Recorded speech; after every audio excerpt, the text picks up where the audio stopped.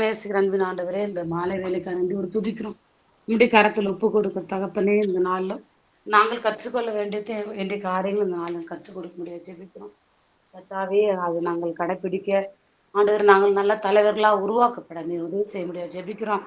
அண்ணனை பலப்படுத்துவதாக அநேக பிரயாசங்கள் டிராவல் நிறைய பிஸியாக இருந்தாலும் எங்களுக்குன்னு நேரம் எடுத்து இதை கிரமமாக கற்றுக் கொடுக்க கிருபைக்காக ஸ்தோத்திரம். அதுக்கேற்று வேண்டிய எல்லா ஆசீர்வாதம் இந்த அண்ணன் தந்து தொடர்ந்து இந்த வல்லமை எடுத்து அநேகருக்கு பயன்படுத்த முடியாது ஜெபிக்கிறேன். நேரம் ஆரம்பம் முதல் முடிவரை நீரே பொறுப்பெடுத்துக்கிறேன். அநேகர் அழைத்து வாரோம். இயேசு நாமத்தை ஜெபிக்கிற நல்ல பிதாவே, ஆமென். ஆமென்.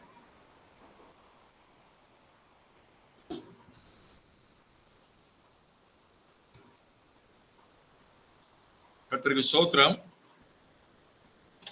நாம் தீமோத்தேயு புஸ்தகத்திலிருந்து நிருபங்களிலிருந்து தலைமைத்துவத்தை குறித்து படித்து வருகிறோம்.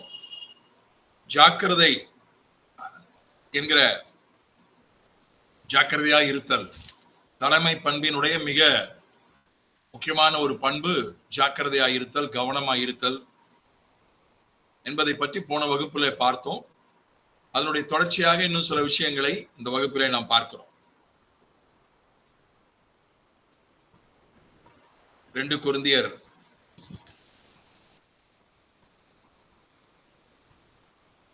8வது அதிகாரம் 17வது வசனம்.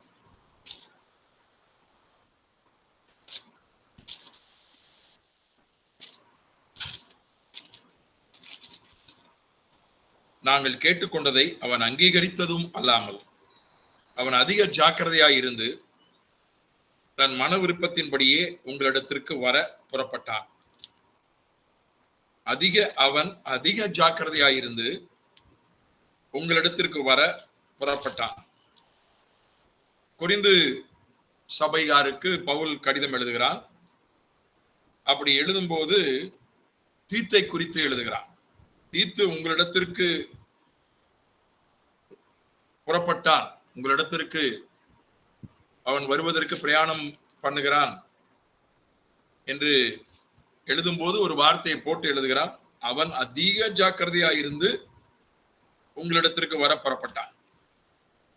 அந்த நாட்களிலே பிரயாணம்ன்றது ரொம்ப கஷ்டமான விஷயம். விமானம் கிடையாது, ரயில் கிடையாது, மோட்டார் வாகனங்கள் கிடையாது, பாய்மர கப்பல், நீராவி கப்பல் கூட கிடையாது. பாய்மரத்துல காத்துல ஓடுற கப்பல் தான். தரையில போவதா இருந்தால் நடந்து போக வேண்டும் அல்லது குதிரையில போக வேண்டும். வனாந்தரம் என்றால் ஒட்டகத்திலே போக வேண்டும். இப்ப இருக்கிற மாதிரி தங்குற இடம் கிடையாது, லாட்ஜ் கிடையாது. இங்க ரொம்ப அபூர்வமான இடங்கள்ல சத்திரம் இருக்கும். பெரிய பட்டணங்கள்ல, பெரிய வியாபார ஸ்தலங்கள்ல சத்திரம் இருக்கும். மற்றபடி தங்குறதுக்கு இடம் இருக்காது, ஹோட்டல் இருக்காது.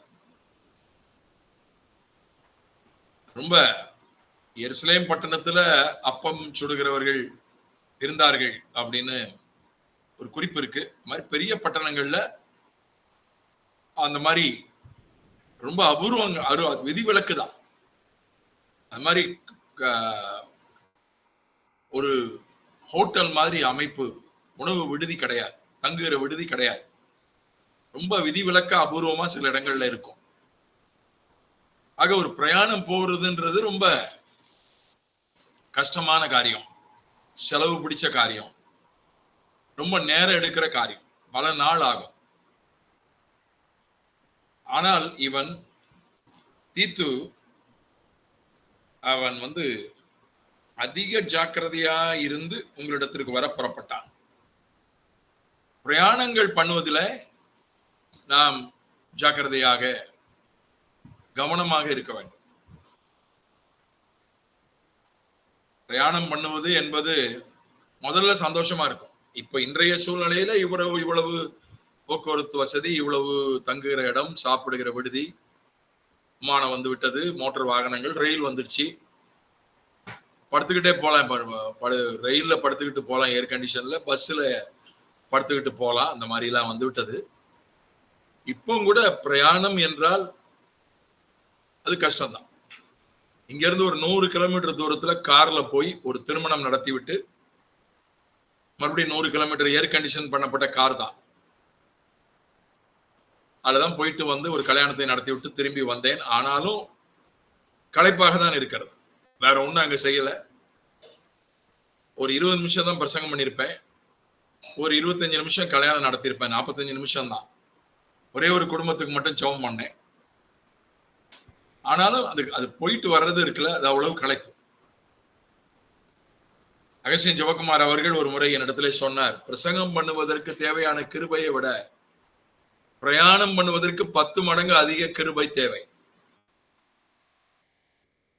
பிரயாணம் அப்படின்றது அதுல பல சங்கடங்கள், பல கஷ்டங்கள் உண்டு. எவ்வளவு வசதிகள், தொழில்நுட்பங்கள், விஞ்ஞானங்கள், சொகுசுகள் இருந்தாலும் அதுலயும் பல சங்கடங்கள் உண்டு, பல வசதி குறைவுகள் உண்டு. அதிலே அதிக ஜாக்கிரதையாக இருக்க வேண்டும்.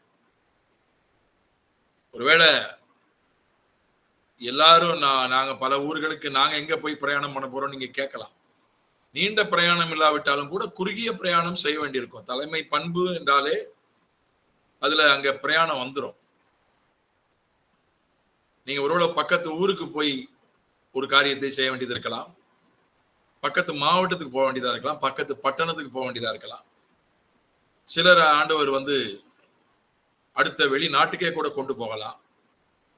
பிரயாணங்கள் வெளிநாட்டுக்கு போறது மட்டும்தான் பிரயாணம் அல்ல, உள்ளூர்ல போவதும் பிரயாணம் தான். இங்க நேற்று நான் இங்க இருந்து ஒரு 25 கிலோமீட்டர் இருக்கிற ஊருக்கு தான் போனேன். இன்னொரு ஊருக்கு போயிட்டு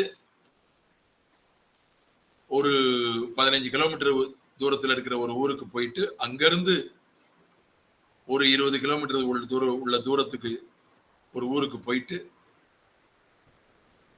வந்தேன். வெயிலில் போயிட்டு வந்தேன். ரொம்ப எவ்வளவு தண்ணி குடிச்சாலும் தாகம் தீரல, அவ்வளவு வெயில். அதனால போகத்தான் செய்யணும், அது வேற வழி இல்லை. ஆனா போவதற்கு நம்ம ரொம்ப அதுல கவனமா இருக்கணும், அதுல ஜாக்கிரதையா இருக்கணும், திட்டமிடணும். ஒரு பிரயாணத்துக்கு போறதுக்கு திட்டமிடணும். எனக்கு கார் ஓட்டி உதவி செய்கிற தம்பியால இன்றைக்கு வர முடியல. அதனால கல்யாண வீட்டார் சொல்லிவிட்டார்கள், ஐயா நீங்க ஒரு வாடகை காரை எடுத்து விட்டு வந்து விடுங்கள் என்று சொல்லிவிட்டார்கள். நாங்கள் அதை பொறுப்பேற்றுக் கொள்கிறோம் என்றார்கள். இப்போ வாடகை காருக்கு, நான் உதாரணத்துக்காக இதை சொல்றேன், என் கதையே சொல்லல, உதாரணத்துக்காக சொல்றேன். உடனே எனக்கு வழக்கமா வாடகை காரு ஓட்டக்கூடிய சகோதரனுக்கு போன் போட்டேன். அவர் நான் இருக்க மாட்டேன், நான் வேற ஒரு இடத்துக்கு போறேன், வேற ஒருவரை ஒழுங்கு செய்கிறேன். ஒரு நாள் முழுசும் எந்த தகவலும் இல்லை. மறுபடியும் போன் பண்ணி கேட்டேன், அவர் ஒழுங்கு பண்ணி கொடுத்தார். அதனால இப்ப நம்ம சரியா திட்டமிடணும். நான் சென்னையில போய் அவசரமாக ஒரு உறவினரை, ஒரு பெரிய அறுவை சிகிச்சைக்கு உள்ளாகி இருக்கிற ஒரு உறவினரை நான் பார்க்க வேண்டும், என்னுடைய கடமை. சென்னைக்கு ரயில்ல போறதுதான் வசதியும் கூட. விமானத்திலே போகிறது பட்ஜெட் ஒத்துக்கல, விமானத்துல போயிட்டு வர்றதுக்கு. இப்ப ரயில்ல போகலான்னு பார்த்தா சனி ஞாயிறு தான். இந்த சனி ஞாயிறு எனக்கு அவைலபிளா இருக்கிறதுனால சனிக்கிழமை ஞாயிற்றுக்கிழமை போயிட்டு வந்துடலாம் திட்டமிட்டேன். தூத்துக்குடியில இருந்து எந்த ரயில்லையும் டிக்கெட் இல்லை. நான் ஒரு இடத்துக்கு போகணும்னு 1% வாய்ப்பு இருந்தா நான் உடனே ரயில் டிக்கெட் புக் பண்ணிடுவேன். 1% வாய்ப்பு இருந்தா கூட அது பிறகு கேன்சல் பண்றதை பத்தி கவலைப்பட மாட்டேன், கொஞ்சம் பணம் போயிடும். ஒரே ஒரு திருநெல்வேலியில இருந்தா ஒரே ஒரு ரயிலிலே ஒரே ஒரு டிக்கெட் இருந்துச்சு, பகல் நேர ரயில்ல புக் பண்ணிட்டேன். திரும்பி வருவதற்கு சனிக்கிழமை இரவு தான் போய் சேருவேன். ஞாயிற்றுக்கிழமை அதிகாலை ட்ரெயின் மட்டும் தான் இருக்கு, வேற எந்த ரயிலும் டிக்கெட் கிடையாது. ஞாயிற்றுக்கிழமை புக் பண்ணிட்டேன். நம்ம திட்டமிட வேண்டும். பாத்துக்கலாம், போறோமோ இல்லையோ பாத்துக்கலாம். ஒரு கவனக்குறைவாக இருக்கக்கூடாது. சிலர் பிரயாணத்தை திட்டமிட மாட்டார்கள், கடைசியில பாத்துக்கலாம், கார்ல போகணும்னா கூட திட்டமிடணும். காரை யார் ஓட்டுவார்கள், அந்த டோல், அந்த டோலுக்கு பணம் கட்டுவதற்கான அந்த ரீசார்ஜ், அதுல பணம் இருக்கா, அந்த டேக்ல பணம் இருக்கா பார்க்கணும். கார் நல்ல நிலையில இருக்கா, அதை ஏதாவது ஆயத்தப்படுத்தணுமான்னு பார்க்கணும். ஒரு ஒரு திட்டமிடுதல். பாத்துக்கலாம், நம்ம வந்து தோதானே இருக்குது பாத்துக்கலாம் அப்படின்னு அதுல ஒரு கவனக்குறைவு இருக்கக்கூடாது. அதே மாதிரி பிரயாணம் போகும்போது என்னவெல்லாம் எடுத்துக்கொண்டு போக வேண்டும் அதை பார்க்கணும். தண்ணீர் கண்டிப்பாக வைத்திருக்க வேண்டும். கொஞ்சம் பிஸ்கெட் போன்ற காரியங்கள் வைத்திருக்கணும். சில நேரங்கள்ல ஒண்ணுமே கிடைக்காது, ஒண்ணுமே வராது ரயில்ல. என்ன நம்ம உணவு சாப்பிட போகிறோம் திட்டமிடணும். அந்த ரயில்ல கேன்டீன் இருக்கா? ரயில்வே ஸ்டேஷன்ல சில நேரம் ஒண்ணுமே கிடைக்காது. ஏறும் போதே வாங்கிட்டு போகணுமா, வீட்டுல இருந்து கட்டிட்டு போக வாய்ப்பு இருக்கா? பல காரியங்களை நாம் திட்டமிடணும். பார்த்துக்கலாம். கர்த்தர் நடத்துகிறவர் தான். அதுல எந்த கர்த்தர் அவரு வனாந்தரத்துல கூட வழியை உண்டாக்குகிறவர், காக்காவை வச்சு கூட போஷிக்கிறவர் தான். அதுக்காக நம்ம அப்படியே இருக்கக்கூடாது. நம்ம திட்டமிட வேண்டியது திட்டமிடணும். எல்லாமே என்னெல்லாம் கொண்டு போனோம், நம்ம இதெல்லாம் எடுத்துட்டு போனோம். பேக் பண்றது முதல்ல பேக் பண்ணி, நான் பெரும்பாலும் பாத்தீங்கன்னா சில விஷயங்கள் என்கிட்ட ரெண்டு இருக்கும். அந்த டூத் பிரஷ், டூத் பேஸ்ட், கண்ணாடி, இதெல்லாம் ரெண்டு இருக்கும். சார்ஜர், நான் பிரயாணத்துக்கு ஒரு பையில வச்சிருப்பேன். இதெல்லாம் ரேசர், எல்லாமே ரெண்டு இருக்கும். சில ஆத்திர அவசரத்துக்கு தேவையான மாத்திரைகள், அதுவும் வீட்டுல இருக்கிறது தனியா இருக்கும், பிரயாணத்துக்கு தனியா இருக்கும். ஏன்னா எதையும் மறந்து விட்டால் ட்ரெஸ் மட்டும்தான்.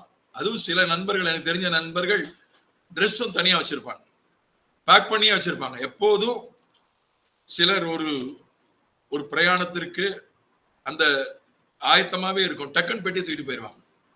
அவ்வளவு ஆயத்தமா திட்டமிடுகிறவர்களா இருக்கிறாங்க. அதனால நம்ம திட்டமிட வேண்டும். ஒரு ஜாக்கிரதை, ஒரு கவனம், அது அவசியம். கர்த்தர் போக்குவரத்தை ஆசீர்வதிப்பார், கர்த்தர் போக்குவரத்தையும் காத்துக்கொள்வார், உண்மைதான். ஆனா அதுக்காக நம்ம கவனக்குறைவா இருக்கக்கூடாது. நம்ம செய்ய வேண்டியதை செய்யணும், மீதியை பார்த்துக்கிடுவார். சந்தர்ப்ப சூழ்நிலை அது கர்த்தர் பார்த்துக் கொள்வார்.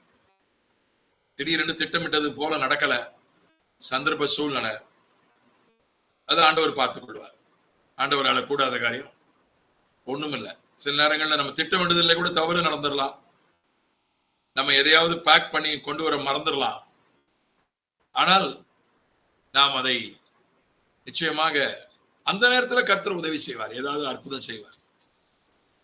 அவர் அற்புதம் பண்ணுவார். நம்ம கண்ணை மூடிட்டு போக கூடாது. பிரயாணங்கள்,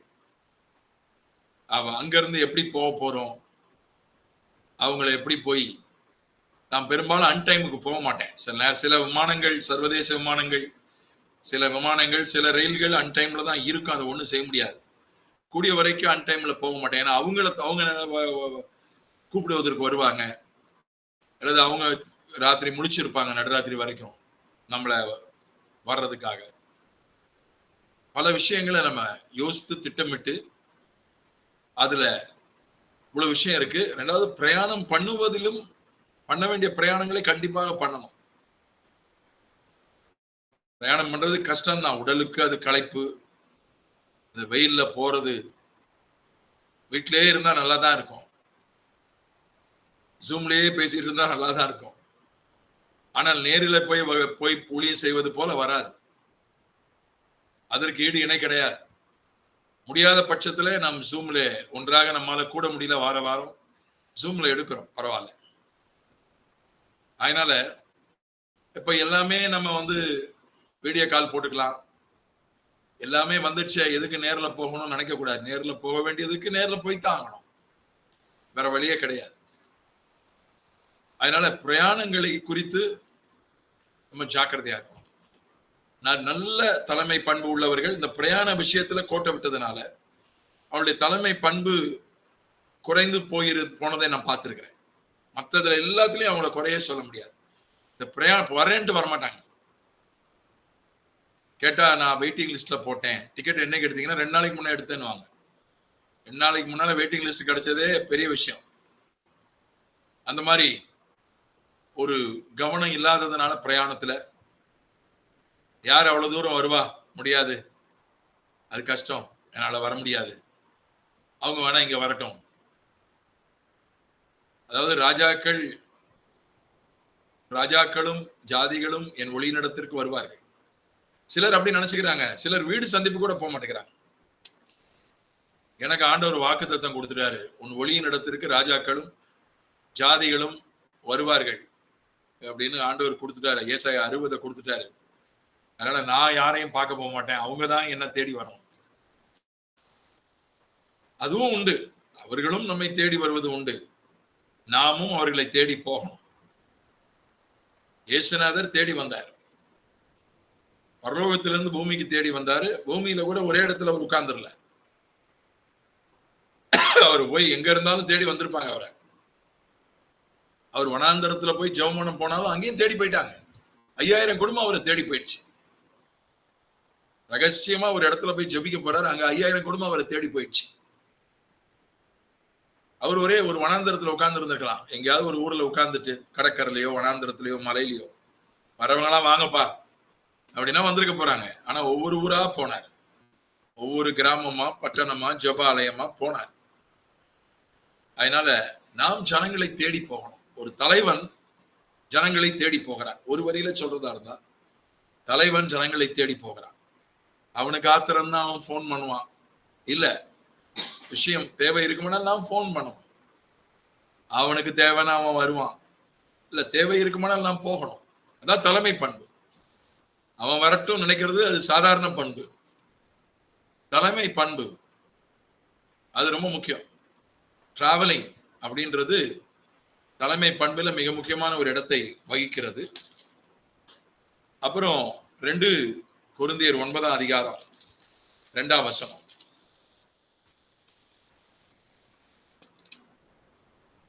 அதுல ஆயத்தமாய் இருப்பதிலே நாம் ஜாக்கிரதையா இருக்க வேண்டும். இன்றைக்கு நான் இதை எப்படியாவது முடிக்கணும், இதுக்கு மேலேயும் இழுக்க முடியாது. 2 கொரிந்தியர் 9:2, உங்கள் மன விருப்பத்தை அறிந்திருக்கிறேன், அகாயாவில் உள்ளவர்கள் 1 வருஷமாக ஆயத்தமாய் இருக்கிறார்கள் என்று நான் மக்கேதோனியருடனே சொல்லி உங்களை புகழ்ந்தேனே, உங்கள் ஜாக்கிரதை அநேகரை எழுப்பி விட்டது உண்டு. 1 வருஷமாக ஆயத்தமாய் இருக்கிறார்கள், உங்கள் ஜாக்கிரதை. இவங்க இந்த மக்கேதோனியா சபையார் பஞ்சத்துல பாதிக்கப்பட்ட யூதேயா சகோதரர்களுக்கு உதவி செய்வதாக வாக்கு கொடுத்திருந்தார்கள். நான் பணம் சேகரிக்கிறோம், பவுலுடைய குழுவினர் அந்த பணத்தை வாங்கி கொண்டு போய் யூதேயாவில கொடுக்கணும், அதான் ஏற்பாடு. ஆனா பவுல் எழுதுறான், இந்த மக்கேதோனியா சபையார் அவங்க அகாயாவில் உள்ளவர்கள் 1 வருஷமா ஆயத்தமா இருக்கிறாங்க. 1 வருஷத்துக்கு முன்னாலே ஆயத்தமாயிட்டாங்க. 1 வருஷம் கழிச்சுதான் நம்ம பணம் வாங்க வருவாரு, அன்னைக்கு பாத்துக்கலாம். சரி, 1 வருஷத்துக்கு அப்புறம் தான் பணம் வாங்க வருவாரு, நம்ம இப்பவே சேகரிக்கணும், இப்பவே சேர்த்து வைக்கணும் அப்படின்னு அவங்க ஆயத்தமானாங்க.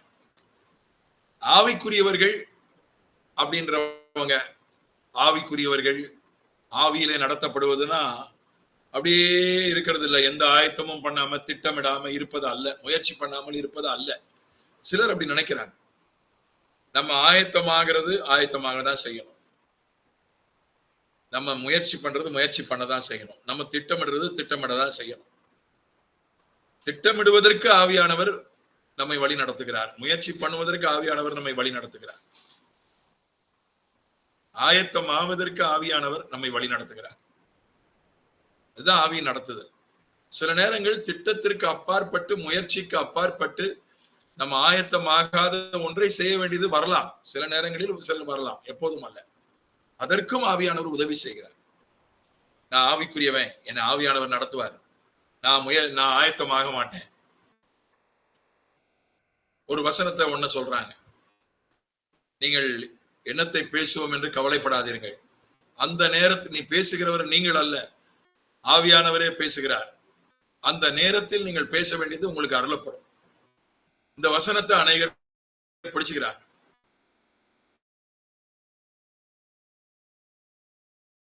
அதனால நம்ம ஒண்ணும் ஆயத்தப்பட வேண்டாம். அந்த நேரம் வருவார். ஆனா அது எதுக்காக சொல்லப்பட்ட வசனம் தெரியுமா? உங்களை கைது செய்து கொண்டு போய் நீதிமன்றங்களில நிறுத்துவார்கள். அப்போது என்ன நீங்க பதில் சொல்லணும் அப்படின்னு கவலைப்படாதீங்க. நீ பேசுவது நீங்கள் அல்ல, ஆவியானவர் உங்களிலிருந்து பேசுவார். நீங்கள் பேச வேண்டியது உங்களுக்கு அந்த நேரத்தில் அருளப்படும். இது நீதிமன்ற கைது செய்யப்பட்டு நீதிமன்றத்தில் போய் நிறுத்தும் போது அந்த சூழ்நிலைக்கு ஏற்கக்கூடிய ஒரு வாக்குத்தத்தம். ஒரு சண்டே ஸ்கூல் நான் எடுக்க போறேன், நான் ஆயத்தமாகணும், ஜெபம் பண்ணணும், அந்த பிள்ளைகளுக்காக ஜெபம் பண்ணணும், பிள்ளைகள் தடை இல்லாம வர்றதுக்காக ஜெபம் பண்ணணும். என்ன சொல்லி கொடுக்கணும் அந்த சண்டே ஸ்கூல்ல? ஒரு சிறுவர் ஊழியம் செய்யறேன், என்ன சொல்லி கொடுக்கணும், அதுக்கு ஆயத்தமாகணும். எதை பத்தி பேசலாம், என்ன கதை சொல்லலாம், என்ன பாட்டு சொல்லி கொடுக்கலாம், தேவைப்பட்ட ஒரு ரிஹர்சல், ஒரு தடவை பாடி பார்க்கணும். ஒருவேளை இசைக்கருவியை வாசிக்கிறவரா இருந்தா ஒரு தடவை ரிஹர்சல் பார்க்கணும். இல்ல அதுக்காக நான் எந்திரத்தனமா இருக்க சொல்லல. நம்ம ரிஹர்சல் பார்த்துட்டு அங்க போறோம், போற இடத்துல திடீர்னு ஆவியானவர் நம்மை வேற மாதிரி வழி நடத்துறாரு, அதை விட்டு கொடுக்கலாம். ஒரு கதை சொல்லணும்னு போறோம், அந்த இடத்துல கர்த்தர் வேற ஒரு கதையை சொல்லும்படி நம்மை நடத்துகிறார், வேற கதை சொல்லலாம். இல்ல நான் ஆயத்தம் பண்ண கதையை தான் சொல்லுவேன், அப்ப பிடிவாதமா இருக்கக்கூடாது. ஒரு பிரசங்கம் பண்ண எனக்கு அப்படி நடக்கும். ஜெபம் பண்ணி பிரசங்கத்துக்கு ஆயத்தமாகும் போது 2-3 பிரசங்கம் முன்னால நிக்கும். அதுல ஒன்ன தெரிந்து கொண்டு குறிப்பெடுத்துட்டு போவேன். பல நேரங்கள்ல அதைதான் பேசுவேன். சில நேரங்கள்ல அங்க போன உடனே வேற ஒரு செய்தியை ஆவியானவர் கொடுப்பார். இல்ல நான் அவ்வளவு ஆராய்ச்சி பண்ணி அவ்வளோ ஆயத்தமாகி குறிப்பெல்லாம் எடுத்துட்டு வந்திருக்கேன், இதைதான் பேசுவேன்னு பிடிவாதமா இருக்க மாட்டேன். இந்த செய்தியை மாத்திடுவேன். அது செய்யலாம், ஆவியானவர் தருவார் அந்த நேரத்துல அப்படின்னு. ஆயத்தமா இல்லைன்னா என்னுடைய தலைமை தருவார், ஆண்டவர் விட்டுற மாட்டார். ஆனா என்னுடைய தலைமை பண்பு குறைஞ்சிடும், என்னுடைய தலைமை திறன் கீழே போயிடும். நம்ம ஆயத்தத்தோட போகணும். எதை செஞ்சாலும் பிரசங்க ஊழியத்தான் இல்லை, வேலையோ தொழிலோ படிப்போ. படிக்கிற பிள்ளைங்க பாருங்க, கடைசியில படிச்சுக்கலாம், பரீட்சை அன்னைக்கு படிச்சுக்கலாம். ஏதோ நேரத்துல ஏதோ போடுறதுன்னு ஒரு பழமொழி சொல்லுவாங்க. கடைசி நேரத்துல முட்டுறது. நாங்க படிக்கும்போது பையன்க தான் அப்படி இருப்பாங்க, கடைசி ஒரு வாரம் தான் படிப்பாங்க பரீட்சைக்கு பையன், நாங்க படிக்கிற காலத்துல. ஆனா இப்ப கேர்ள்ஸ் அப்படி ஆயிட்டாங்க. கேர்ள்ஸ் வருஷமெல்லாம் விழுந்து படிப்பாங்க நான் படிக்கிற காலத்துல. இப்ப கேர்ள்ஸும் கடைசி நேரத்துல படிச்சுக்கலாம். நம்ம ஆயத்தமாகணும். ஏன்னா கடைசி நேரத்துல வேற ஏதாவது வேலை வந்துடலாம், அவசரங்கள் வந்துடலாம், ஏதோ ஒரு அவசர சூழ்நிலை வந்துடலாம், நம்முடைய நேரம் அதுக்கு போயிடலாம். என்னைக்கும் கடைசி நேரத்துல பார்த்து கொள்ளலாம் என்று ஒன்றை தள்ளி போடக்கூடாது.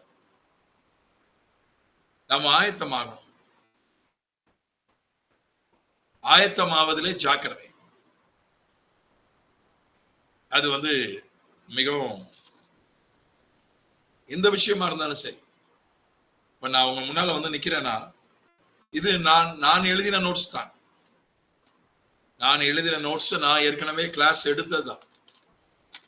இத மறுபடியும் ஒரு தடவை ரிவைஸ் பண்ணுவேன், எக்ஸ்ட்ரா எனக்கு ஆட் ஆகும், புது பாயிண்ட்ஸ் வரும், அதை எழுதிக்கிடுவேன். அதனாலதான் நான் பேசுறது அது ஒரு கிளாஸ் மட்டும், வெறும் ஒரு அறிவுக்கான கிளாஸா மட்டும் இல்லாம அது சிலரோடு பேசுகிறது. இந்த கிளாஸை கூட சிலரோடு பேசுகிறது, சிலரை ஆசீர்வதிக்கிறது. இப்படிப்பட்ட சாட்சிகளை நிறைய நான் கேட்டிருக்கேன். இந்த கதை தானே நான் 100 தடவை சொல்லியிருக்கிறேன் பிள்ளைங்களுக்கு அப்படின்னு இல்லாம, அந்த கதையை மறுபடியும் இந்த கதையை வச்சு ஜெபம் பண்ணிட்டு போனோம்னா அந்த கதையை இன்னும் கொஞ்சம் வேற மாதிரி சொல்றதுக்கு ஆண்டவர் கிருபை தருவார். அந்த கதை சொல்லும் போது பிள்ளைங்க தொடப்படலாம். அது நம்ம ஆயத்தப்படுறதுல ஜாக்கிரதையா இருக்கணும். 11:9 2 கொரிந்தியர் 11:9.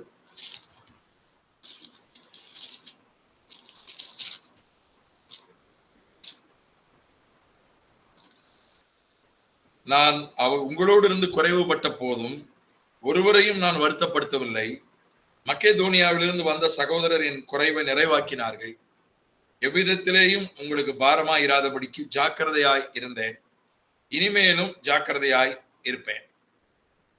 எவ்விதத்திலும் உங்களுக்கு பாரமாய் இராதபடிக்கு ஜாக்கிரதையாய் இருந்தேன். இனிமேலும் ஜாக்கிரதையாய் இருப்பேன். பவுல் சொல்றான், மற்றவங்களுக்கு பாரமாய் இராதபடி நான் ஜாக்கிரதையாய் இருந்தேன். நல்லா கவனிங்க, மற்றவங்க உதவி நமக்கு தேவை. மற்றவங்க உதவி நமக்கு தேவை. மற்றவங்க உதவி இல்லாம நம்ம வாழ முடியாது, ஒண்ணும் செய்ய முடியாது. அது வேறு. மற்றவங்களுடைய உதவியை நாம் எடுத்துக்கொள்வது என்பது வேறு. மற்றவங்களுக்கு பாரமாய் இருப்பது என்பது வேறு. ரெண்டுக்கு வித்தியாசம் இருக்கு. அதனால இப்ப என்னால செய்ய முடியாத ஒரு விஷயம் இன்னொரு ஆளால செய்ய முடியும். அந்த உதவியை நான் கேட்டு பெற்றுக்கொள்றது தப்பு இல்லை. நான் பண உதவியை சொல்லல. கடன் வாங்குறது பாவம் கிடையாது. அது நம்ம ஜெபம் பண்ணி அன்றைக்கு இருக்கிற வருமான நிலவரத்தின்படி திரும்ப கொடுக்க முடியுமா என்பதை யோசித்து ஜெபித்து வாங்கணும். அது ஒரு பக்கம் இருக்கட்டும். ஆனால் மற்றவருடைய உதவி, அதுக்காக நான் யாருக்கும் பாரமா இருக்க மாட்டேன், நானே என் வேலைகள் எல்லாத்தையும் செய்வேன், நானே எனக்காக தனியா சமைப்பேன், அந்த மாதிரி போயிடக்கூடாது. நானே சமைப்பேன், என் வேலை எல்லாத்தையும் நானே தனியா துணி துவைப்பேன், தனியா நானே சமைச்சு சாப்பிடுவேன் என்று அப்படி அந்த எக்ஸ்ட்ரீமுக்கு போயிடக்கூடாது. மற்றவங்களுக்கு நம்ம பாரமா இருக்கக்கூடாது, கூடிய வரைக்கும். பவுல் கொரிந்தியர் இடத்துல காணிக்க வாங்கல. அதுவும் ஆரம்ப கட்டத்துல முதலா சுவிசேஷம் சொல்ல போயிருக்கிறான். காணிக்க அவங்க கிட்ட இருந்து வாங்கினா அவங்க தப்பா எடுத்துக்கக்கூடிய ஒரு மனநிலை உள்ளவர்கள் அப்போது ஆரம்ப கட்டத்துல. பின்னால் அவன் எழுதுறான், நான் உங்க இந்த அநியாயத்தை மன்னியுங்கள், நான் உங்களிடத்துல ஒண்ணு காணிக்க வாங்காம ஆரம்பத்துல ஊழியம் செய்தேன். அதைத்தான் அவன் எழுதுறான். நான் உங்களுக்கு பாரமா இருக்கல, இனிமேலும் பாரமா இராதபடி ஜாக்கிரதையா இருப்பேன். கூடிய வரைக்கும் நம்ம இப்ப எனக்கு கடந்த ஏப்ரல் மாதத்துல மே மாதத்துல சற்று சுகவீனப்பட்டேன். ஒரு சில இரவுகள் கொஞ்சம் கஷ்டப்பட்டேன். அப்போ என்னுடைய மனைவி, என்னுடைய மகள் அவங்க சொல்லுவாங்க, இந்த அண்ணனை கூப்பிடுங்க, அந்த அண்ணனை கூப்பிடுங்க. நள்ளிரவு நேரம் அல்லது அதிகாலை நடுராத்திரியில போய் அவங்கள எப்படி கூப்பிடுறது? 2 நடுராத்திரி நானே தனியா மோட்டார் பைக்கில் டாக்டர் இடத்துல போயிருக்கிறேன். போக முடியும், ஆனா நான் போயிடலாம். நான் ஆட்டோவை கூப்பிட்டாலும் அவருக்கும் பாவம், ஆட்டோக்காரருக்கும் நடுராத்திரி கஷ்டம்தான். எங்களுக்கு அவசரத்துக்கு ஆட்டோவுக்கு வருகிறவர் வயசானவர், 70 வயசு, கிட்டத்தட்ட 80 வயசு அவருக்கு. ஆனா நல்ல திடகாத்திரமா இருக்காரு. அவரை போய் நடுராத்திரி எப்படி கூப்பிடுறது? நானே அந்த உடல் தூங்க முடியல, ஒரு 2 இரவு தூங்க முடியாம போயிடுச்சு. மோட்டர் பைக் ஓட்டிட்டு டாக்டர் இடத்துல போய் நானே வந்தேன். போக முடிஞ்சது. அதுக்காக போக முடியாம போய் உளுந்து கிடக்க கூடாது. என்னால போக முடிஞ்சது. அந்த ஒரு நம்பிக்கை இருந்தது. நான் போனேன், நானே போனேன். நான் வந்துட்டேன். முடியலன்னா போலாம். முதல் நாள் அதிகாலையில என்னால முடியல. அப்புறம் நான் ஆட்டோ வர வச்சு, அது விடிஞ்சிடுச்சு, 6 மணி ஆயிடுச்சு. ஆட்டோ வர வச்சு என் மனைவி அழைத்து கொண்டு நான் போனேன். ஆனா அது அடுத்த 2 நாட்கள் 2 இரவுகள் நானே போயிட்டு வந்துட்டேன். மோட்டார் பைக்கில் நானே போயிட்டு வந்துட்டேன். கூடிய வரைக்கும் நான் மற்றவர்களுக்கு பாரமா இராதபடி என்னை வரவேற்கணும். நான் குறிப்பிட்ட ரயிலிலே குறிப்பிட்ட விமானத்துல போனா வரவேற்பாங்க. ஆனா சில ஊர்களுக்கு அப்படி இல்லை. பதிவு செய்யப்படாத பயணங்கள் இருக்கும். அவங்க அங்க காத்து கிடக்கணும். நானே வந்துடுறேன்னு சொல்லுவேன். நானே வந்துடுறேன், ஒரு ஆட்டோ பிடிச்சு வந்துடுறேன் என்று சொல்ல, திரும்பி வரும்போது அவங்க கொண்டு விடுவாங்க. அதனால நாம் கூடிய வரைக்கும் மற்றவர்களுக்கு பாரமா இராதபடி என்னை வந்து கூப்பிடு, கண்டிப்பா வந்து வரவேற்கணும், கண்டிப்பா என் பெட்டியை நீங்க தூக்கணும். நான் சொல்லுவேன், என் பையன் நானே தூக்கிக்கிறேன். தூக்க முடியலன்னா மற்றவர்கள் தூக்க முடியாத அளவு பை இருக்கு, என்னால தூக்க முடியல. என் பையன் என்னால தூக்க முடியலன்னா நானே தூக்கிக் கொள்ள முயற்சிப்பேன். சிலர் வந்து ரொம்ப வற்புறுத்தி வாங்கிக் கொள்வார்கள். அவங்க தூக்கலைன்னா நான் அதை பத்தி கவலைப்பட மாட்டேன். என் பையன் தூக்கணும்னு எதிர்பார்க்க மாட்டேன். 60 வயது ஆகிவிட்டால் இன்றைக்கு என் பையன் யாரும் தூக்கணும்னு நான் எதிர்பார்த்ததே கிடையாது. சிலர் என் பைபிளை கூட வந்து நான் தூக்கிட்டு வரேன்னுவாங்க. எதுக்குன்னு கேட்பேன். எனக்கு ஒரு ஆசீர்வாதம்னுவாங்க. சரி தூக்கிட்டு வான்னு விட்டுருவேன். அது வேற கதை. என் பைபிளை தூக்கிட்டு வந்து அவங்களுக்கு ஆசீர்வாதம்னு சிலர் நினைக்கிறாங்க. சரி, அந்த நினைப்பை நம்ம கெடுக்க வேண்டாம். ஆரம்ப கட்டத்திலே அப்படி எண்ணங்கள் வரும், வந்துட்டு போகுது.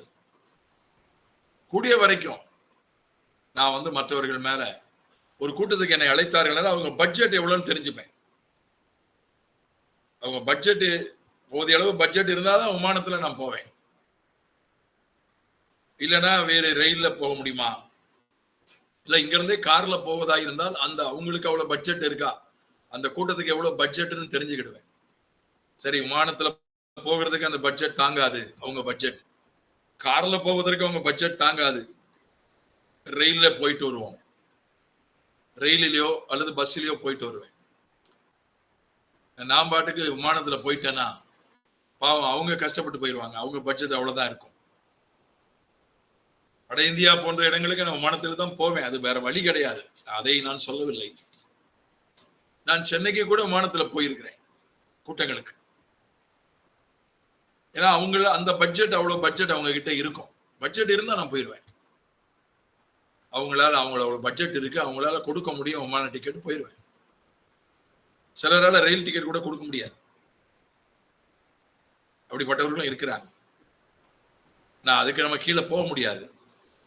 நம்மால முடிஞ்ச வரைக்கும் மற்றவர்களுக்கு பாரமா இராதபடி அதுல நம்ம ஜாக்கிரதையாகும். அதுக்காக சிலர் சொல்லுவாங்க, எவன் தயவும் எனக்கு தேவையில்லை, நான் என் சொந்த காலிலே நிற்பேன். சொந்த காலில் நிக்க முடியாத கூட ஒருத்தருடைய கையை பிடித்துக் கொள்வது தப்பு கிடையாது. ஆனா சொந்த காலில் நிக்க பலம் இருக்கும் போது என்னை தூக்கிட்டு போங்கன்னு சொன்னா அது தப்பு. அந்த வித்தியாசத்தை நம்ம புரிஞ்சுக்கணும். இதுல இந்த எக்ஸ்ட்ரீமுக்கும் போயிடக்கூடாது, அந்த எக்ஸ்ட்ரீமுக்கும் போயிடக்கூடாது. சிலர் வந்து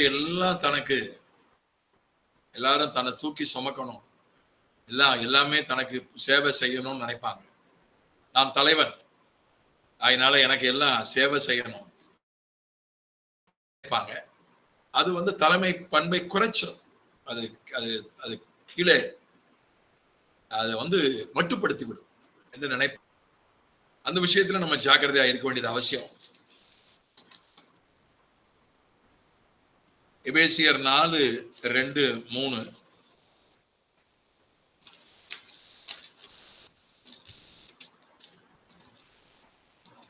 மிகுந்த மனத்தாழ்மையும் சாந்தமும் நீடிய பொறுமையும் உடையவர்களாய் அன்பினால் ஒருவரை ஒருவர் தாங்கி சமாதான கட்டினால் ஆவியின் ஒருமையை காத்துக் கொள்வதற்கு ஜாக்கிரதையாயிருங்கள்.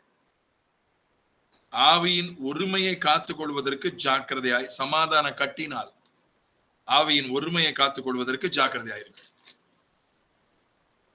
ஒருமைப்பாடு, ஒருமனப்பாடு, சமாதானம், இதை காத்துக் கொள்வதற்கு நம்ம ஜாக்கிரதையா இருக்கும். அதாவது நிச்சயமா எல்லாரோட நமக்கு கருத்து வேறுபாடு உண்டு, அதுல சந்தேகமே இல்லை.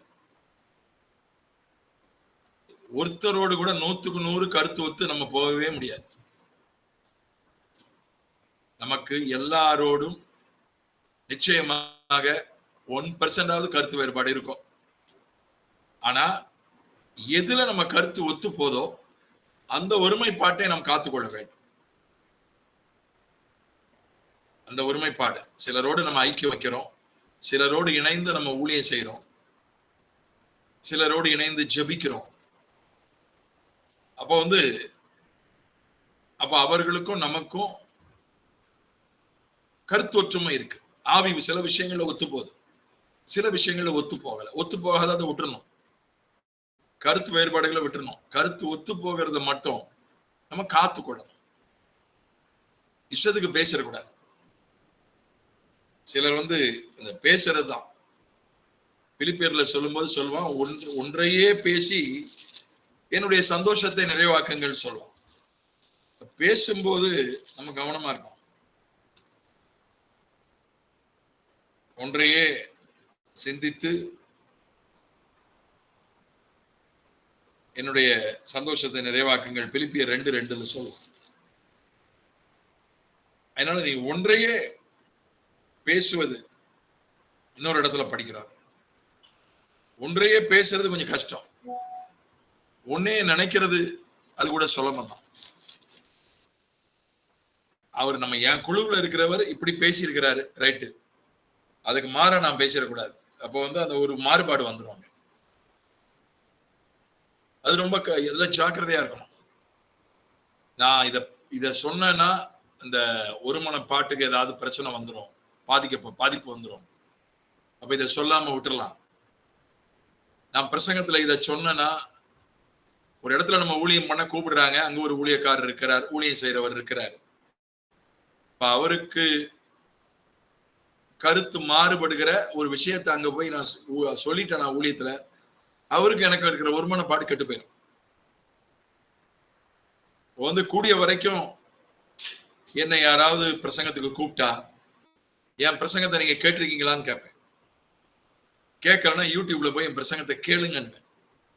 நான் சராசரியா பொதுவா மற்றவங்க மாதிரி பிரசங்கம் பண்றவன் இல்ல, நீங்க கேளுங்கன்னு. அவங்க அதை கேட்பாங்க, அல்லது கேட்டவங்க தான் கூப்பிடுவாங்க, கேட்காதவங்க கூப்பிட மாட்டாங்க. கேட்டுட்டு நான் சொல்லுவேன், நான் இப்படிதான் பண்ணுவேன். சில இடங்கள்ல சொல்லுவாங்க, எங்க ஊழியத்துல நாங்க தீர்க்க தரிசனத்தை நம்புறது இல்லை அப்படின்வாங்க. அதனால தீர்க்க தரிசனம் சொல்றதை தயவு செய்து தவிர்த்து விடுங்கள்னு கேட்பாங்க சில நேரங்கள். அப்படி 1-2 சந்தர்ப்பங்கள்ல நடந்தது உண்டு. ஆனா நான் ஜெபம் பண்ணும்போது கர்த்தர் எனக்கு சில விஷயங்களை காட்டுவார். ஜெபமா பண்ணிடுவேன், அதை தீர்க்க தரிசனமா சொல்ல மாட்டேன். ஆண்டவரே, இந்த இடத்துல இப்படி ஒருத்தர் இப்படிப்பட்ட ஒரு வியாதியோடு இருக்கிறாரே, அவரை சுகமாக்கும், அப்படி ஜெபம் பண்ணுவேன். இந்த இடத்துல இப்படிப்பட்ட ஒரு பிரச்சனையோட ஒருவர் இருக்கிறாரே, அவர் அந்த பிரச்சனையை தீரும். தீர்க்க தரிசனமா சொல்லாம அதை ஜெபமா பண்ணிடுவேன். அது ரொம்ப உத்து கவனிச்சாதான் அது தீர்க்க தரிசனம்னு தெரியும்.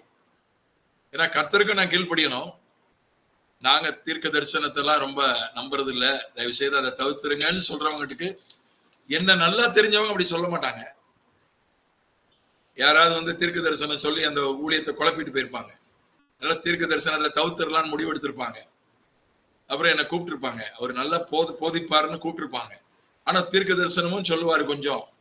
அப்ப அதை கொஞ்சம் அவர்கிட்ட ரிக்வஸ்ட் பண்ணிக்கலாம்னு யோசிச்சிருப்பாங்க. அப்ப அவங்களோட இசைந்து போயிருவேன். சிலர் சொல்லுவாங்க, நீங்க யாரையும் குறை சொல்ல வேண்டாம், விமர்சிக்க வேண்டாம் என்று கேட்டுக்கொள்வார்கள். ஏன்னா சில நேரங்களில் சில உதாரணங்கள் நான் சொல்லுவேன், வேறு ஊரெல்லாம் சொல்லாம உதாரணம் சொல்லுவேன். அது வேண்டாமே அப்படின்னு சிலர் ஒருவர் அப்படி கேட்பார். நீங்க அது வேண்டாமே, ஜனங்க ரொம்ப எங்க கூட்டத்துக்கு வர ஜனங்கள்லாம் வேதனையோட வர்றவங்க, அங்க போய் நீங்க அதை சொல்லிட்டு இருக்க வேண்டாமே. அப்ப நான் வேற உதாரணம் சொல்லுவேன், வேற மாதிரி சொல்லுவேன். அதுக்காக என் செய்தியை மாத்த மாட்டேன். செய்தி கர்த்தர் கொடுத்த செய்தி தான். சில நேரங்களில் தலைப்பு கொடுப்பாங்க, இந்த தலைப்பில் நீங்க பேசுங்க அப்படின்னு.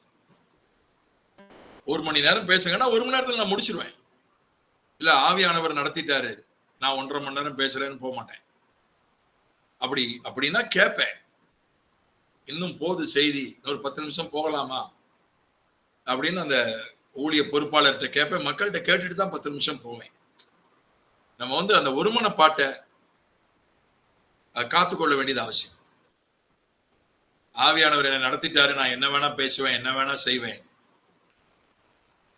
நான் எவ்வளவு நேரம் வேணா ஊழியம் செய்வேன் என்பது அல்ல. அந்த ஒருமனப்பாடு சின்ன சின்ன விஷயங்கள்ல தான் பெரும்பாலும் ஒருமனப்பாடு கெட்டு போயிடும். ஒருமனப்பாட காத்துக்கொள்வதற்கு ஜாக்கிரதையாய் இருங்கள். அது சொல்லப்பட்டிருக்கிறது. 2 தீமோத்தேயு 4:21 அங்க ஒரு விஷயம், நம்ம இந்தியாவில் அநேகருக்கு இல்லாத ஒரு விஷயம். மாரி காலத்துக்கு முன் நீ வந்து சேரும்படி ஜாக்கிரதைப்படு. தீத்துக்கு எழுதுறான் பவுலு, மழை காலத்துக்கு முன்னால வந்து சேர்ந்துருப்பா அப்படின்னு எழுதாம, நீ வந்து மழை காலத்துக்கு முன்னால இங்க வந்துடணும்ன்றதுல ரொம்ப கவனமா இருன்னு எழுதுறான். பங்க்சுவாலிட்டி, நேரம் தவறாமை. நேரம் தவறாமை ரொம்ப முக்கியம். ஏன்னா நம்ம சரியான நேரத்துக்கு போயிருப்போம், ஆனா அவங்க பாத்தீங்கன்னா அங்க சரியான நேரத்துக்கு வந்திருக்க மாட்டாங்க. எனக்கு ஒரு ஊழியக்காரரை தெரியும், ரொம்ப கரெக்டா போயிடுவார். அவர்கிட்ட நான் கற்றுக்கொண்ட ஒரு விஷயத்துல ஒண்ணு, கரெக்டா 5:30 மணின்னு போட்டிருந்தா 5:30 மணிக்கு போயிடுவார்.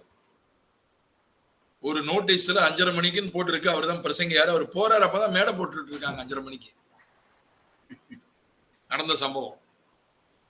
ஆனாலும் அவர் போயிடுவார். இப்ப நான் என்ன பண்ணுவேன், கேட்பேன், போன் பண்ணி கேட்பேன் எத்தனை மணிக்கு வரணும். இன்னைக்கு காலையில கூட கல்யாணம் நடத்த போன போது நான் கேட்டேன், அங்க இருக்கிற ஊழியக்கார்ட்ட நான் கேட்டேன்.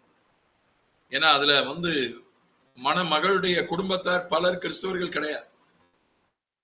அதனால அவங்க எதுவும் நேரம் எதுவும் பார்ப்பாங்களா, பெண்ணுடைய குடும்பம் மட்டும் தான் கிறிஸ்தவங்க, மற்றவங்க கிறிஸ்தவங்க கிடையாது, சரி அவங்க நேரம் இந்த நேரத்துக்குள்ள கல்யாணத்தை முடிக்கணும்னு எதிர்பார்ப்பாங்க. நம்ம அதை நம்புறது இல்லை. ஆனா ஒரு திருமணம் போது அவங்க எல்லாம் வருவாங்க, அவங்கள அதுக்காக நம்ம வந்து அலட்சியப்படுத்த முடியாது. இல்ல இத்தனை மணி அப்படின்னு அவர் சொல்லிட்டாரு,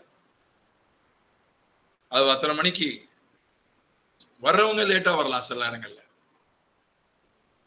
இப்போ அவங்களுக்கு போன் பண்ணணும் 5 நிமிஷத்துக்கு முன்னாலே வந்துருங்க கரெக்டா. நம்ம கூட வர்றவங்க, கார் ஓட்டுகிறவர் முன்னால போய் 1/2 மணி நேரம் காத்திருக்கிறதுனால தப்பு இல்லை. முன்னால நான் என்ன பண்ணுவேன்னா, சரியான நேரத்துக்கு போவேன், லேட்டா ஆரம்பிப்பாங்க, லேட்டா தான் என் கையில கொடுப்பாங்க பிரசங்கத்துக்கு. அடுத்த நாள் வந்து கரெக்டா அவங்க எத்தனை மணிக்கு கொடுத்தாங்களோ அத்தனை மணிக்கு போவேன். முன்பு அப்படிலாம் செஞ்சுட்டு இருந்தேன். என்ன நம்மளை போய் உட்கார வச்சு நம்ம போன பிறகு 1/2 மணி நேரம் கழிச்சு தான் ஆரம்பிக்கிறாங்க. அப்புறம் கடந்து பாட்டா பாடி அறிவிப்பா செஞ்சு நம்ம கையில லேட்டா தானே கொடுக்குறாங்க, அந்த நேரத்துக்கு போலாம் அப்படின்னு முன்னால அப்படிதான் போயிட்டு இருந்தேன். ஆனா இப்போதெல்லாம் அப்படி இல்லை, சீக்கிரமா போயிடுறேன்.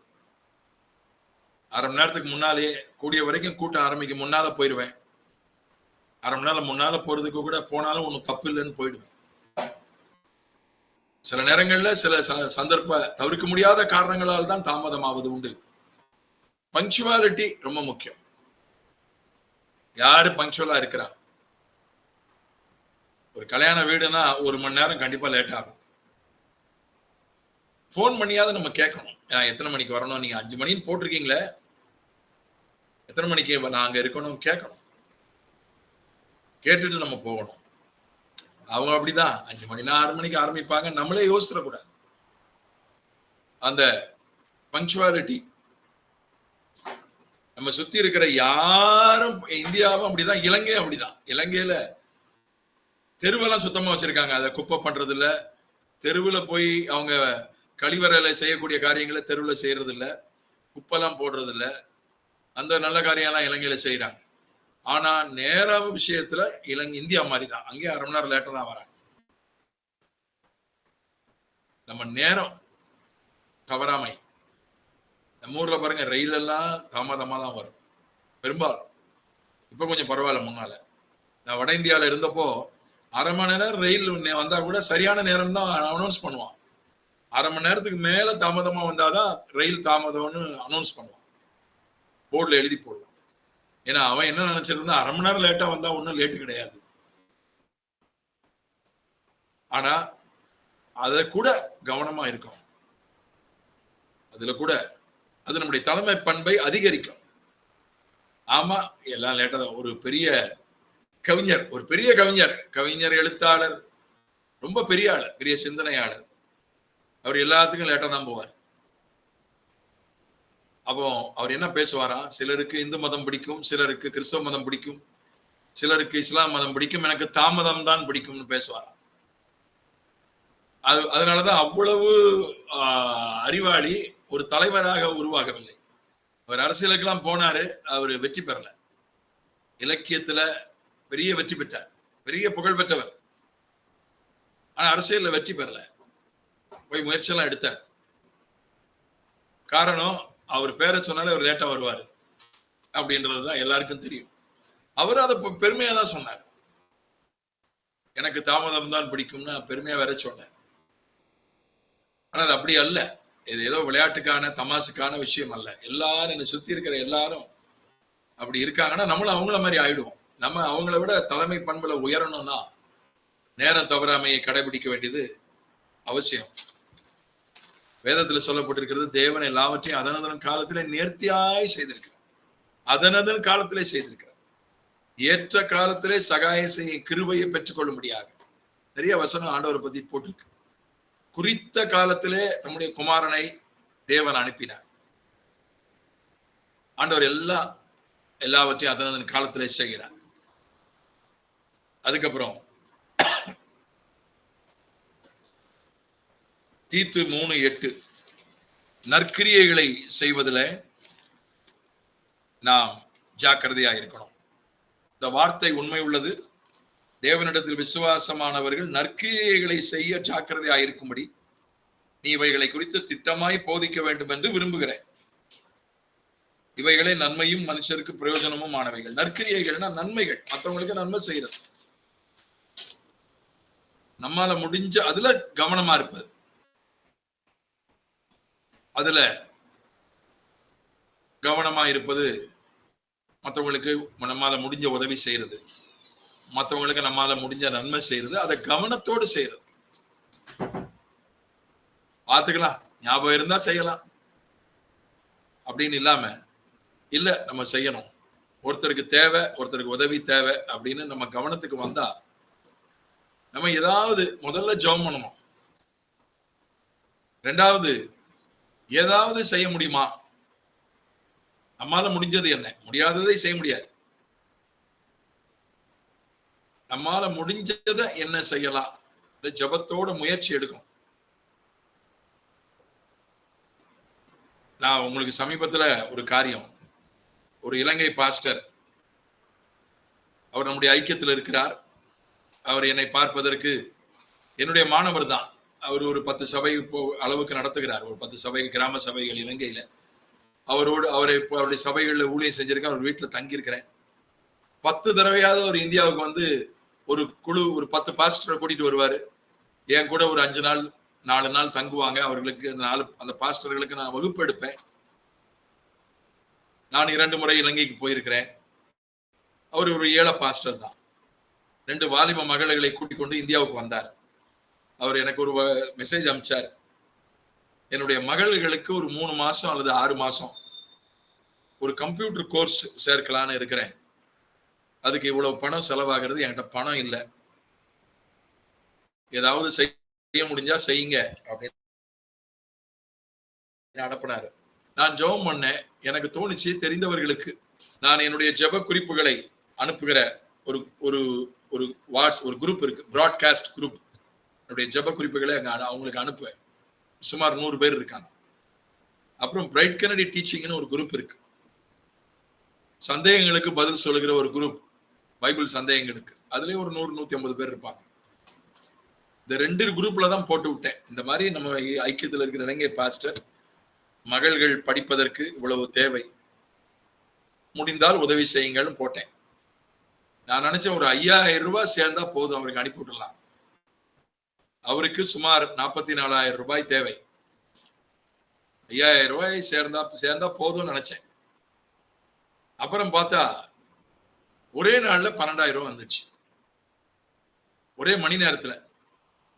அதுல ஒரு சகோதரி சொன்னாங்க, ஒரு 22,000 நம்ம சேர்த்து கொடுக்கலாம் அப்படின்னாங்க. சரி, அந்த சகோதரியின் விசுவாசத்தின்படி 22,000 ரூபாய் சேர்ந்தா போதும் நினைச்சேன். அப்புறம் பாத்தீங்கன்னா 44,000 ரூபாய் வந்துருச்சு. அதுக்கு மேலேயும் வந்துருச்சு. போதும், வேண்டாம், நிறுத்துங்கன்னு சொல்லிட்டேன். அதனால அதுக்கப்புறமா அவருக்கு பணத்தை கொடுத்த பிறகும், ஏன்னா அவருக்கு பணம் தேவைன்றத மக்களுக்கு சொல்லணும் ஆதாரபூர்வமா. என்ன நம்புவாங்க, என் பேரை போடாதீங்க, நான் கொடுத்தேனே போடாதீங்க. நான் யார் யார் எவ்வளவு கொடுத்தாங்கன்னு குரூப்ல போட்டேன். ஏன்னா அவங்களுக்கு தெரியணும். சிலர் சொன்னாங்க என் பேரை போடாதீங்க, பேர் விரும்பாதவர் அப்படின்னு போட்டேன். சிலர் சொன்னாங்க அது கூட போடாதீங்க. நாங்க ஒரே ஒருத்தர் அது கூட போடாதீங்க போடல. முடிஞ்ச பிறகு அவருக்கு பணம் கொடுத்து பணம் கொடுத்தத அதுல ஒரு சகோதரி ஒரு பெரிய தொகை கொடுத்தாங்க. அவங்க பக்கத்துலதான் இருக்காங்க. அவங்களை அழைத்து அவர்களையும் பணத்தை கொடுக்கும்போது பக்கத்துல வைத்துதான் கொடுத்தாங்க. அதை போட்டு விட்டோம். அதுக்கப்புறமா ஒருத்தர் பணம் அனுப்பிச்சார். அந்த பணத்துக்கு அவர் இங்கிருந்து தூத்துக்குடி பஸ் ஸ்டாண்டுக்கு போவதற்கு வாகனத்தை ஏற்பாடு பண்ணி அந்த வாகனத்துக்காக அந்த பணத்தை கொடுத்தேன். நம்ம கவனமா இருக்கணும். அது ஒரு சின்ன தொகை தான். 54,000 ரூபாய் ஒரு பெரிய தொகை இல்லை. அதுக்கு கொடுத்தவங்களுடைய பட்டியலெல்லாம் போஸ்ட் பண்ணி, அந்த பிள்ளைகளுடைய போட்டோவை போஸ்ட் பண்ணி, அந்த பிள்ளைகளுடைய காரியங்கள் எல்லாம் போஸ்ட் பண்ணி, அதுக்கப்புறம் எல்லாம் பண்ணியிருந்தோம். அந்த பாஸ்டருடைய வாய்ஸ் சேர்ந்த பிறகு அந்த பிள்ளைகள் கோர்ஸ்ல சேர்ந்த அந்த போட்டோ, அந்த பாஸ்டர் போட்டோ வாய்ஸ் எல்லாம் கவனமா, காசு கொடுத்தா கொடுங்க, கொடுக்காட்டா போங்க, நான் போட்டு விடுறேன். என்கிட்ட காசு இல்லை, நான் கொடுக்க மாட்டேன், என்கிட்ட நான் இவ்வளவு 1000 ரூபா தான் என்கிட்ட இருக்க கொடுப்பேன் அப்படின்றது இல்லை. சரி, நம்ம முயற்சி பண்ணி பார்ப்போம். அவங்க என்ன நம்புனா கொடுக்கட்டும். அவங்களுக்கு எல்லாம் ஏன் இந்த போட்டோ எல்லாம் நம்ம போடணும் அப்படின்னு இல்லை. அவங்களுக்கு ஒரு உற்சாகம் தான். நம்ம கொடுத்தோம், இந்த பிள்ளைகள் முகத்தை நம்ம பார்ப்போம், இந்த பிள்ளைகள் அவங்களுக்கு அது ஒரு உற்சாகம் ஏற்படும். அதுல கொஞ்சம் கவனமா இருக்கும். அது ரொம்ப நற்கிரியை செய்யறதுல ஏதோ ஒரு பணத்தை தூக்கி எறிஞ்சிட்டா போதும்னு நினைக்க கூடாது. வெறும் பணம் கொடுப்பது மட்டுமல்ல, நம்முடைய நேரத்தை செலவிடுவது, இதெல்லாம் அதுல அடங்கி இருக்கிறது. கடைசியா ஒன்றை மட்டும் தொட்டு நான் முடிச்சிடுறேன். நேரம் கடந்து விட்டது, கிட்ட வந்துச்சு. தீத்து 3 அதிகாரம் 13 வசனம்.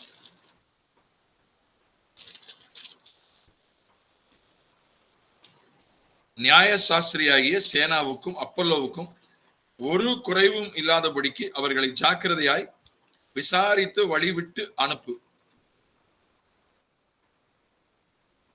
அவர்களை ஒரு குறைவும் இல்லாதபடிக்கு விசாரித்து, ஜாக்கிரதையாய் விசாரித்து வழிவிட்டு அனுப்பு. இந்த இடத்துல விசாரித்துன்றது உபசரித்து. 2 பேரை பவுல் தீத்து இடத்துல அனுப்புறான். அவங்கள நல்லா ஜாக்கிரதையா உபசரித்து அனுப்புப்பா என்று சொல்கிறார். உபசரிக்கிறது அப்படின்னா ஒன்னும் 16 வகை கூட்டு வச்சு சாப்பாடு போடணும்னு அவசியம் இல்லை. அவங்களுக்கு நம்ம கிட்ட வர்றவங்களை நம்மால முடிஞ்ச வர ஒரு டம்ளர் தண்ணி கொடுக்கறது கூட, தண்ணி குடிக்கிறீங்களா, சிலர் கேட்கறதுக்கே கூச்சப்படுவாங்க. நம்ம ஊர்ல மேற்கத்திய நாடுகள் வாயை திறந்து கேட்டுருவாங்க. நான் உதவி போதகரா தாம்பரத்துல இருந்த போது ஒரு அமெரிக்காவை சார்ந்த ஒரு சகோதரன் பார்க்க வந்திருந்தேன். அவர் சொன்னாரு, வந்த உடனே சொன்னாரு, மிக்சர் சாப்பிடுறதுக்கு ஆசைப்பட்டார். அந்த மிக்சர்னு பேர் சொல்ல தெரியல, அது என்ன கலர்ல இருக்கும் எப்படி இருக்குன்னு விளக்கி சொன்னாரு. உடனே நாங்க ஒரு பையனை அனுப்பி மிக்சரை வாங்கிட்டு வர சொல்லி அவருக்கு கொடுத்தோம். அத மேற்கத்திய நாட்டை சார்ந்தவர்கள் வாயை திறந்து கேட்பாங்க. ஆனா கிழக்கத்தியக்காரங்க வாயை திறந்து கேட்க மாட்டாங்க, தண்ணி கூட கேட்க மாட்டாங்க. தண்ணி கொடுங்க, நம்ம சிலர் கேட்பாங்க தண்ணி கொடுங்கன்னு. சிலர் தண்ணி குடிக்கிறீங்களாதான் சரி கொடுங்க அப்படின்னு. சாப்பிட்டீங்களான்னு கேட்டா ஆமான்னு தான் சொல்லுவாங்க. யார கேட்டாலும் சாப்பிட்டீங்களா ஆமான்னுவாங்க. இல்ல சாப்பிடுங்க, சரி சாப்பிடுறேன். ஏன்னா நம்ம ஊர்ல அப்படி இருக்காங்க மக்கள். ஒருவர் நம்ம இடத்துல வருகிறாங்க, அவங்களுக்கு ஒரு டம்ளர் தண்ணியாவது கொடுப்பதற்கு நம்ம முயற்சி எடுக்கணும். உபசரிப்பது என்றால் வாங்க உட்காருங்க. ஒருவேளை எல்லாரையும் உட்கார வைக்க முடியாது, நேரங்கள் இருக்கு, நேர காரியங்கள் இருக்கு. நான் அந்த 6:55 ஒரு தம்பி என்னை பார்க்க வந்தார். நான் வாங்கன்னு சொல்லிட்டு 7 மணிக்கு எனக்கு ஜூம் இருக்குன்னு சொன்னேன். அவர் அந்த 5 நிமிஷம் உட்கார வச்சு ஒரு டம்ளர் தண்ணி கொடுத்து அவர் போயிட்டார். 2 நிமிஷம் என் கூட பேசினார், போயிட்டார். அதுவும் உபசரிப்பு தான். அதையும் பேலன்ஸ் பண்ணணும். உபசரிப்புன்றது வாங்க அப்படின்னு சொல்றது ஒரு உபசரிப்பு தான். உட்காருங்கன்னு சொல்றதும் எவ்வளவு பேர் சொல்லியிருக்காங்க, நான் வாங்கன்னு கூட சொல்லல. எத்தனை பேர் சொல்லி கவலைப்பட்டு வருத்தப்பட்டிருக்காங்க, என்ன உட்காருங்கன்னு கூட சொல்லல. காஃபி குடுக்காட்டா கூட போயிட பரவாயில்ல, காஃபி குடிக்கிறீங்களான்னு ஒரு வார்த்தை கேட்கல. எத்தனை பேர் வருத்தப்பட்டிருக்காங்க. உபசரிக்கிறதுக்கு நம்ம ஜாக்கிரதையா இருக்கணும். அது ஒரு தலைமை பண்புல முக்கியமான பண்பு. அப்படி அந்த உபசரிப்பு நம்மளே போய் எல்லாருக்கும் செய்ய முடியாது. மற்றவர்களுக்கு அந்த பொறுப்பை கொடுத்தாலும் அதை நம்ம செக் பண்ணணும். அவங்க வந்துட்டாங்களா, சாப்பிட்டாங்களா, தங்குற இடம் எப்படி இருக்கு, அதை நம்ம செக் பண்ணணும். கவனமா இருக்கணும் உபசரிக்கிறதுல. அது உறவினர்கள் ஆகட்டும், அது ஊழியக்காரர்கள் ஆகட்டும், நண்பர்கள் ஆகட்டும். நீங்க பெரிய தலைமை பண்பு உள்ளவர்களை பார்த்தீங்கன்னா உபசரிப்பதுல அவங்க ரொம்ப அதுல ஆர்வமுள்ளவர்களாய் காணப்படுவாங்க. நான் பார்த்திருக்கிறேன். நான் ஒரு தமிழகத்தினுடைய சபாநாயகராய் இருந்தவரை பார்க்க போயிருந்தேன். கட்சியிலும் பெரிய பதவியில் இருந்தவர். அன்றைய முதலமைச்சருக்கு ரொம்ப நெருக்கமானவர். ஒரு விஷயமா என் நண்பரோடு பார்க்க போயிருந்தேன். அப்ப அவர் வீட்டுல யாருமே இல்லை. அவரே சேரை தூக்கிட்டு வந்து போட்டாரு நான் உட்கார்றதுக்கு. அவர் எங்க அப்பா வயசு. எங்க அப்பாவெல்லாம் அவருக்கு தெரியும். அவர் அவரே நாற்காலியை எடுத்துட்டு வந்து, நான் அப்போ வாலிப வயசு தான், அவரே எடுத்துட்டு வந்து போட்டார் நாற்காலியை. தலைமை பண்பு என்பது உபசரிப்புக்கும் அதுக்கும் ரொம்ப நெருங்கின தொடர்பு உண்டு. இந்த காலம் அவசரமான காலம். இப்ப ஒருத்தங்களை வாங்கன்னு கேட்கறது கூட நேரம் இல்லை. 2 பேரும் வேலைக்கு போறாங்க, அல்லது 2 பேரும் ஊழியத்துக்கு போறாங்க. பல வீட்டு வசதின்றது ரொம்ப பட்டணத்துலலாம், நகரத்துலலாம் ஒரு பெட்ரூம் தான் இருக்கு. யாரையும் தங்குங்கன்னு சொல்ல முடியாத சூழ்நிலை இருக்கலாம். நம்மால முடிஞ்ச வரைக்கும் நம்ம உபசரிக்கணும். வாங்க, நீங்க உட்காருங்க, தண்ணி குடிங்க. அந்த அளவுக்கு ஆகிடும். சாப்பாடு நேரத்துக்கு அவங்க வந்தாங்கன்னா உங்களுக்கு சாப்பாடு ஒழுங்கு பண்ணணுமா, அந்த மாதிரி முயற்சிகளை நம்ம எடுக்கணும். அதுல நம்ம ஜாக்கிரதையா இருக்க வேண்டியது அவசியம். என்ன உபசரிப்பதுன்னா அது ரொம்ப கஷ்டமானதா நம்ம நினைக்க வேண்டியதில்லை. நம்மால இயன்றத, முடிந்தத, ஒரு புன்னகை, ஒரு அன்பான வார்த்தைகள், இது ரொம்ப முக்கியம். நம்ம என்ன அவங்களுக்கு கொடுக்கிறோன்றதை விட, என்ன வசதி செஞ்சு கொடுக்கோன்றதை விட, அது ரொம்ப ஒரு அவங்கள அது திருவள்ளுவர் சொல்லியிருக்கிறது, அவங்க அனிச்ச மலர், விருந்தினர்களை அனிச்ச மலர் போன்றவர்கள். அவங்க மூச்சு காத்து பட்டா கூட அனிச்ச மலர் வாடி போயிடும். அது மாதிரி அவங்களை அன்போடு மென்மையோடு நடத்த வேண்டும்னு சொல்லியிருக்கிறார். வேதத்துல அந்நியரை உபசரிக்க நாடுங்கள், அதனால் அறியாமல் தேவதூதர்களையும் உபசரித்தது உண்டு. ஆபிரகாம் 3 பேரு அவங்க ஆபிரகாமை தேடி வந்தாங்க. அவர்கள் கர்த்தர் ஒருத்தர், 2 பேர் தேவதூதர்கள் மனித வடிவத்துல வந்தாங்க. முதல்ல ஆபிரகாமுக்கு தெரியாது இது கர்த்தர் 2 தூதர்கள்னு தெரியாது. யாரோ அந்நியர்கள் என்று நினைச்சா, அது உள்ள அவங்க சாப்பாடு கொடுத்த பிறகுதான் தெரியும் இவர் கர்த்தர் தூதர்கள். தெரியாதவர்கள் கூட நம்ம தேடி வந்தா நம்மால முடிந்த அளவு உபசரிக்கணும். அதுக்காக வீட்டை திறந்து தெரியாதவங்களை உள்ள விட்டுறக்கூடாது, திருடனெல்லாம் உள்ள விட்டுறக்கூடாது. அதுல ஞானமா இருக்கணும். நீ உபசரிப்ப ஜாக்கிரதை ஆயிரு. அந்த ஒரு பண்பும் ரொம்ப முக்கியம். இதோடு அந்த ஜாக்கிரதை என்கிற தலைப்பை நான் முடிக்கிறேன். சிறிய ஜெபம் செய்து நாம் நிறைவு செய்யலாம். பிதாவே, இயேசுவின் நாமத்துல இந்த தலைமை பண்பை பற்றி நாங்கள் தொடர்ந்து படிக்க, குறிப்பா தீமோத்தேயு புத்தகங்களிலிருந்து படிக்க, ஜாக்கிரதை, முதலாளியானவன் ஜாக்கிரதையா இருக்க கடவன். ரோமர் 12 முதலாளி என்கிற தலைவன் அல்லது தலைவி இருக்க வேண்டிய பண்பு ஜாக்கிரதை. முதல் பண்பே ஜாக்கிரதை தான். எல்லாத்திலையும் கவனமா இருக்கிறது. சின்னதோ பெருசோ, குடும்ப விஷயமோ, ஊழிய விஷயமோ, வெளி விஷயமோ, வேலையோ, தொழிலோ, படிப்போ, எல்லாத்திலையும் கவனமா இருக்கிறது. அலட்சிய போக்கு ஒரு தலைவனுக்கு ஆகாத ஒன்று. மெத்தன போக்கு தலைவனுக்கு இருக்கவே கூடாது என்று வேதம் திரும்ப திரும்ப சொல்லுகிறது. நாங்க எல்லாத்தையும், எங்களுக்கு களைப்பா இருக்கலாம், சோர்வா இருக்கலாம், ஆனாலும் நாங்க எதையும் கவனமா செய்ய, ஆண்டவரே, நாங்க உபசரிப்புல, நேரம் தவறாமையில, நன்மை செய்வதில், பிரயாணங்கள் பண்ணுவதில், மற்றவர்களை தேடி போவதில், ஆண்டவரே, எல்லாவற்றிலும் ஆயத்தமாவதில், எல்லாவற்றிலும் ஜாக்கிரதையா இருக்க எங்களுக்கு கற்றுத்தாரும், எங்களுக்கு உதவி செய். எல்லாவித ஜாக்கிரதைன்னு 2 கொரிந்தியர் 8 படிக்கிறோம். 2 பேதுரு 1 உங்கள் ஜாக்கிரதையையும் நீங்கள் கூட்டி வழங்குங்கள். என்று வாசிக்கிறோம். ஆண்டவரே, டிலிஜென்ஸ், கவனமாக இருப்பது. ஆண்டவரே, எங்களுக்கு உதவி செய்ய எங்களுக்கு கற்றுத்தாரும். வந்தவர்களை ஆசீர்வதியும், ஹோஸ்டை ரெக்கார்ட் பண்ண தம்பி ஆசீர்வதியும், அடுத்த வகுப்பை பொறுப்பெடும். பரீட்சை எழுத வேண்டியவர்களை எழுத உதவி செய்ய, நோட்ஸ் பரீட்சை வினாக்கள் எல்லாம் போஸ்ட் பண்ணப்பட உதவி செய்யும். வராதவர்களை, வர வேண்டியவர்களை கொண்டு வாரும். இயேசுவின் மூலமே பிதாவே, ஆமென். தேங்க்யூ. ஆமென்.